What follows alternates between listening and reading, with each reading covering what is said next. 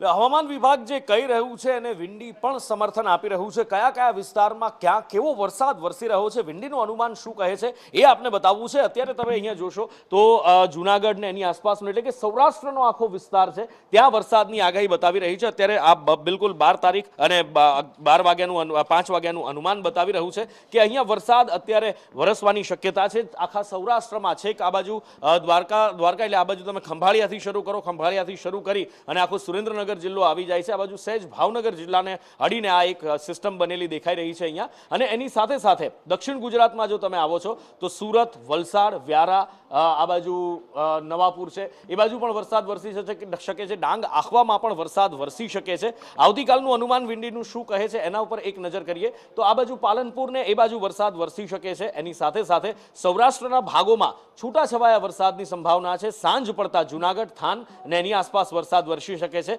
દક્ષિણ ગુજરાતમાં આવતીકાલે બહુ ખાસ વરસાદની શક્યતા નથી। આ 14 તારીખનું અનુમાન બતાવી રહ્યું છે કે ક્યાં કેટલો વરસાદ વરસી શકે છે। દક્ષિણ ગુજરાતમાં થોડા વરસાદની શક્યતા છે। આ બાજુ દરિયા કિનારાની પટ્ટીમાં થોડો વરસાદ વરસી શકે છે। એની સાથે સાથે જ વરસાદી વાદળોનું અનુમાન વિંડી દ્વારા જાણીએ કે વરસાદી વાદળો શું કહી રહ્યા છે અને વરસાદી વાદળોનું ક્યાં કેવો કહેર જોવા મળી શકે છે। જ્યાં આ લોઅર ક્લાઉડ્સ છે એટલે કે જે અત્યારના સમય પ્રમાણે જોઈએ તો 5 વાગ્યાના સમય પ્રમાણે લોઅર ક્લાઉડ્સ આ બાજુ કચ્છથી શરૂ કરી જામનગર દેખાઈ રહ્યા છે, દરિયાઈ પટ્ટીમાં જૂનાગઢ છે, થાન છે અને આ બાજુ વલસાડની આસપાસ એ વરસાદી વાદળો દેખાઈ રહ્યા છે। લોઅર ક્લાઉડ્સ જે સૌથી વધારે વરસતા હોય છે એ ક્લાઉડ્સ અત્યારે એ વાદળો અમે આપને બતાવી રહ્યા છીએ। એની સાથે સાથે આવતીકાલનું જે અનુમાન છે સાંજે સવારના 6 વાગ્યાનું અનુમાન છે તો એ અહીંયા વડોદરા અને એની આસપાસના વિસ્તારોમાં વરસાદ વરસી શકે છે। સુરતની આસપાસમાં જૂનાગઢ જિલ્લા પર આ વખતે જાણે આફત બેઠી હોય આ કમોસમી વરસાદની એવું લાગી રહ્યું છે। દ્વારકા અને એની સાથે સાથે કચ્છના દરિયા કિનારે, આ બાજુ જામનગરના દરિયા કિનારે એટલે કે કચ્છના અખાતની અંદર થોડા વરસાદની શક્યતા છે। પણ આવતીકાલે સવારમાં 9 વાગ્યાથી 10 વાગ્યાની આસપાસની એટલે સવારના સમયમાં